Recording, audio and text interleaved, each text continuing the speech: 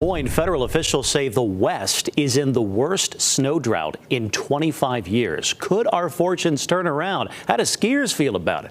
Kate Gardner takes a look at that.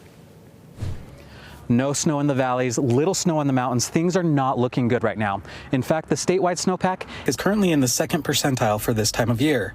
There is some good news.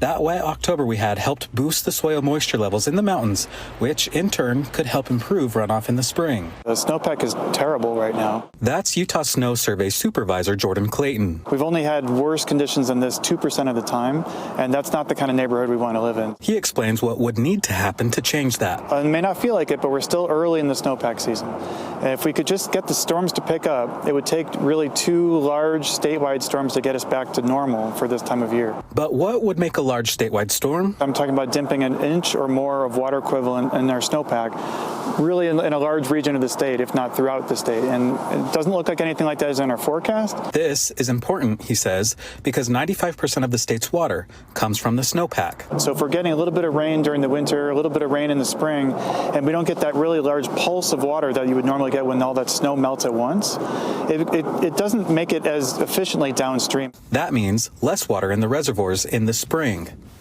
So how are they faring now? We're at about 72%, which is above the median. The median's 56%. So we're not doing too bad. Drought coordinator Laura Haskell says while that's good, it needs to be broken down. You see that the larger reservoirs, Deer Creek, Strawberry, Jordanelle, are a lot more full, and then some of the smaller reservoirs are struggling. And that's not great for the communities that rely on those smaller reservoirs. But while snowpack is low, mountain soil moisture levels are above average, which could help when spring comes round. It's almost like a sponge.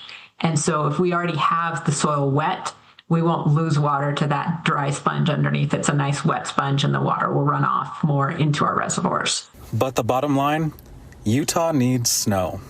In Salt Lake City, Kate Garner, ABC4 News.